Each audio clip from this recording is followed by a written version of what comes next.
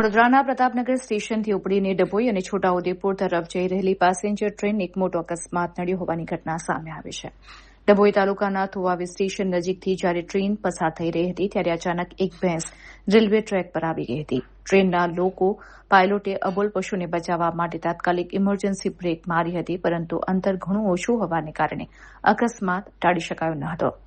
ભારે ઝડપે આવી રહેલું ટ્રેનનું એન્જિન ભેંસ સાથે જોરદાર ફટકાયું હતું, જેને કારણે ભેંસનું ઘટના સ્થળ પર જ મોત થયું હતું. આ અકસ્માતને પગલે ટ્રેનને તાત્કાલિક થુવાવી સ્ટેશન પાસે રોકી દેવી પડી હતી. એન્જિન સાથે અથડાયા બાદ ભેંસનો મૃતદેહ રેલવેના પાટા વચ્ચે જ ફસાઈ ગયો હતો, જેથી ટ્રેનને આગળ વધારવી અશક્ય બની હતી.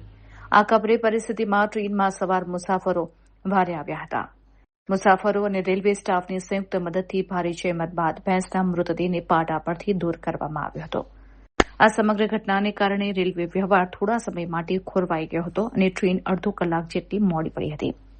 માર્ગ સાફ થયા બાદ ટ્રેન આગળ જવા રવાના થઈ હતી. જ્યાંથી ટ્રેન પસાર થાય છે અને પશુઓની અવરજવર વધુ છે તેવા સંવેદનશીલ ગ્રામ્ય વિસ્તારોમાં રેલવે તંત્ર દ્વારા રેલવે લાઇનની બંને બાજુએ મજબૂત તારનું ફેન્સિંગ કરવામાં આવે.